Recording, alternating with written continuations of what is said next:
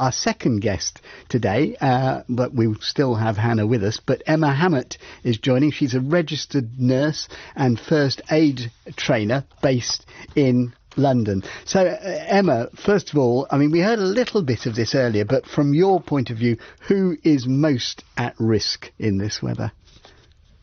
Well, we have heard quite a lot about it. There's all sorts of people that will struggle. So there's babies that will struggle, pregnant women, breastfeeding mums, more vulnerable people, people on medications that might affect their ability to cope in the heat. So some medications affect your ability to sweat. They may make you sweat more, they may make you sweat less. They may affect how easily your blood vessels dilate or constrict in the heat. Some people have nosebleeds. Elderly people may get dehydrated because they are not as keen on drinking. And you've also got all the people in hot homes and people you've been speaking to this morning who are doing strenuous work.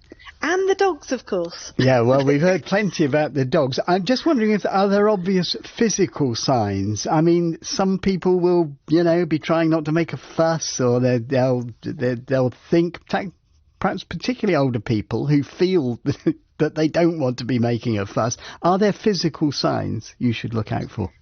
Yes, there's signs of heat exhaustion.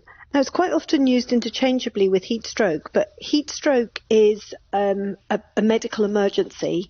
And generally with heat stroke, instead of people being sweaty, they have a dry skin and they have lost the ability to sweat. So they're unable to cool themselves down properly themselves.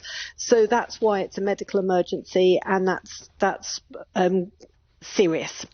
Heat exhaustion is the common one that you will see. And I've heard so many cases of people just feeling a bit lightheaded, not quite right, perhaps feeling headachy, a little nauseous, perhaps vomiting, having tummy ache. They're hot and sweaty, and they just don't feel right. Now, that's early signs of heat exhaustion. Any specific tips for people with very young children or babies? No, yeah, absolutely. So babies will dehydrate very quickly. They should be kept out of direct sunlight. So even if you're buying baby sun cream, it's not for babies under 6 months. So they should have a UV cover on their buggy and on their car seat that will allow air to circulate. Please don't be tempted to put a blanket over your buggy to protect them from the sun, because that will trap the heat underneath, and that can be very serious for them. And if you're using a parasol, just be aware that the sun will move round. So please don't take your babies out, after 9 o'clock in the morning and before early evening. So change your day around, and if you are taking them out, do it then. And be aware as well that if you're in a car and you're driving some distance, you may be benefiting from the air conditioning.